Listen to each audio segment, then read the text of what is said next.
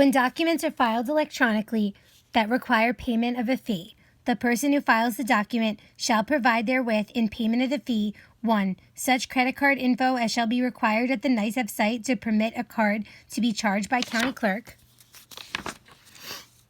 The form or information required by county clerk to permit him to debit an account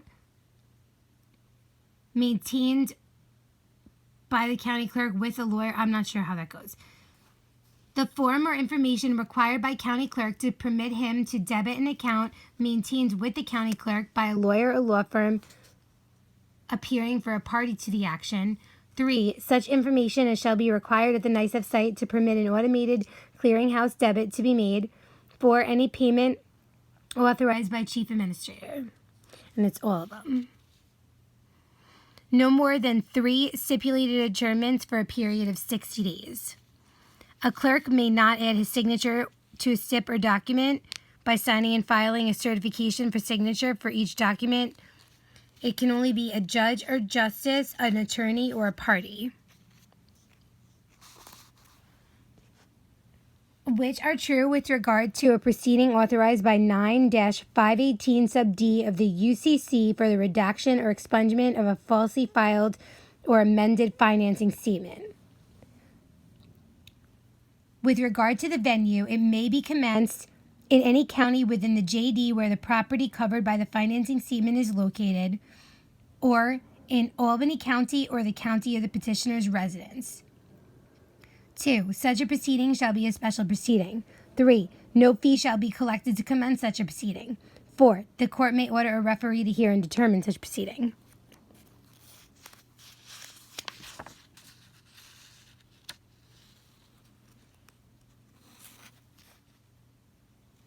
(202.27-B).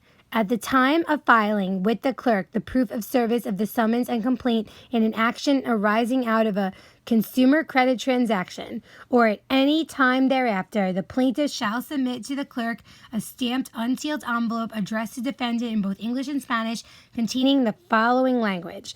Attention! A lawsuit has been filed against you claiming that you owe money for an unpaid consumer debt. You should respond to the lawsuit as soon as possible, ... Such notice shall be mailed promptly by the clerk of the court to the defendant, the envelope containing the additional notice. No default judgment shall be entered against the defendant until 20 days have elapsed from the date of mailing by the clerk. So, the default judgment can't be entered until the clerk mails that thing and 20 days go by. So the key's there, or it's at any time thereafter. So they don't have to file it with the summons and complaint. They can file it at any time thereafter. There can be a dual track system. The clerks make the assignments, but the fucking chief administrator authorizes the method of assignments, the random selection. Under a dual-track assignment system, each action and proceeding shall be supervised continuously by the IAS judge until the note of issue and certificate of readiness have been filed and the pretrial conference, if one is ordered, has been held. The fucking chief administrator can establish the system in any court, county, or judicial district. 202.5. Whether or not a sealing order has been sought, a party shall omit or redact CPI in papers submitted to a court for filing, except as otherwise provided by law, rule, or court order, and except in 1. A matrimonial, 2. Proceeding in surrogate's court, or 3. A proceeding pursuant to Article 81 of the Mental Hygiene Law.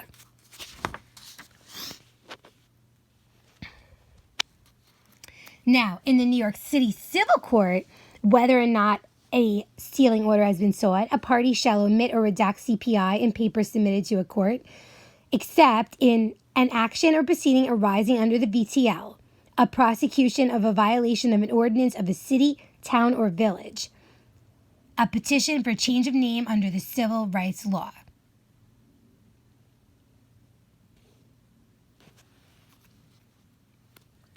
The fucking chief administrator shall not eliminate the requirement of consent to e-filing in the following classes of cases.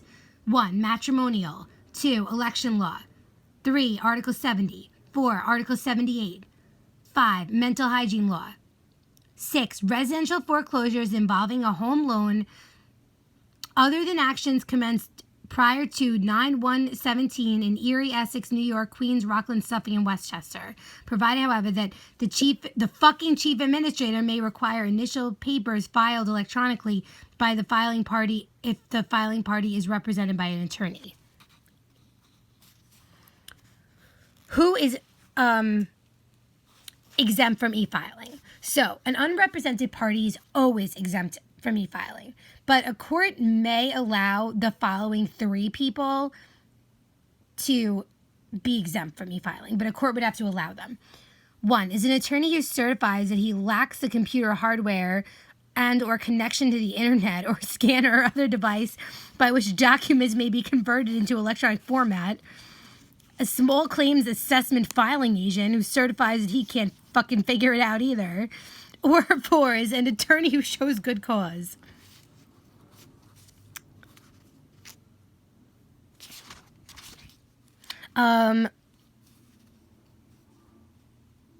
All parties are represented. Case can be transferred to civil. And if they don't pay the fees that require it to go to civil, then it can be dismissed, but the dismissal would be without prejudice.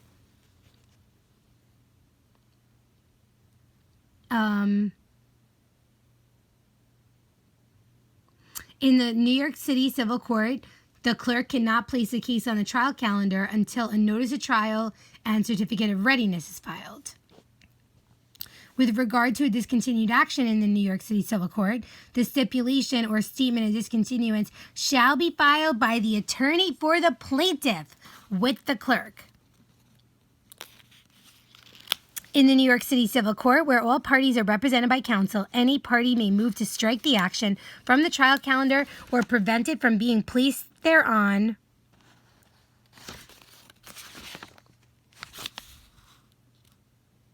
within 20 days after service of the notice of trial. When in doubt, gets 20.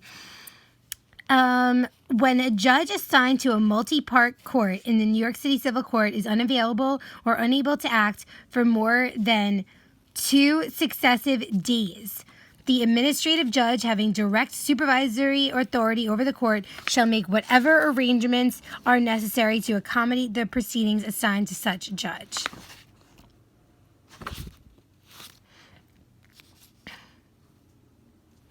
Upon the trial of an action in the New York City Civil Court, copies of marked pleadings, copies of any statutory provisions relied on, and a copy of the bill of particulars, if any, shall be submitted by whichever party filed the notice of trial. So that's marked pleadings, statutory provisions relied on, and a copy of the BOP have to be submitted by the party that filed the notice of trial.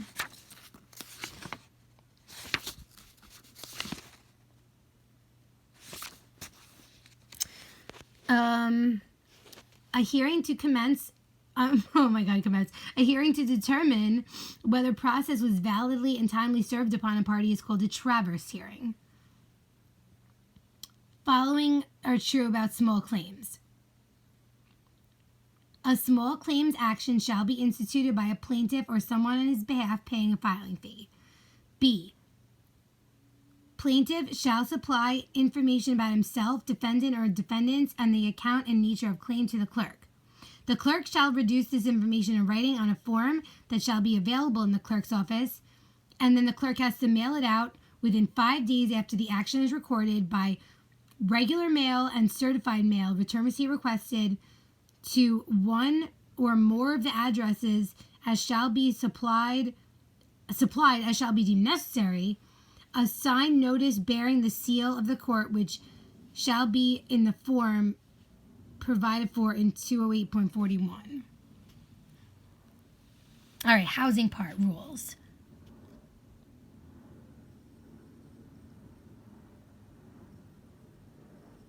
Okay. The summons in a case involving a lawsuit in the housing part for the recovery of civil penalties shall be in such form as may be promulgated by the fucking chief administrator. 2, where a hazardous or non-hazardous violation is alleged and the summons is personally delivered to the landlord or its registered agent within New York City, the defendant shall appear and answer within 10 days. Where a hazardous or non-hazardous violation is alleged and the summons is delivered within the city of New York, the affidavit of service shall be filed within 5 days with the clerk of the housing part after such personal delivery. So when it's personally delivered to the landlord in New York City, the defendant shall appear and answer within 10 days. The proof of service shall be filed within 5 days.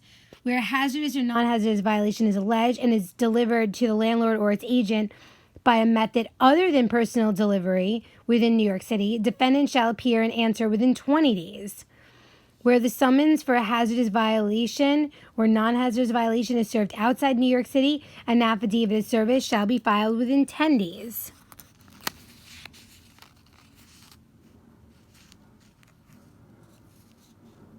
Motion to change a venue from one county division to another shall be heard in the county division where the action was instituted.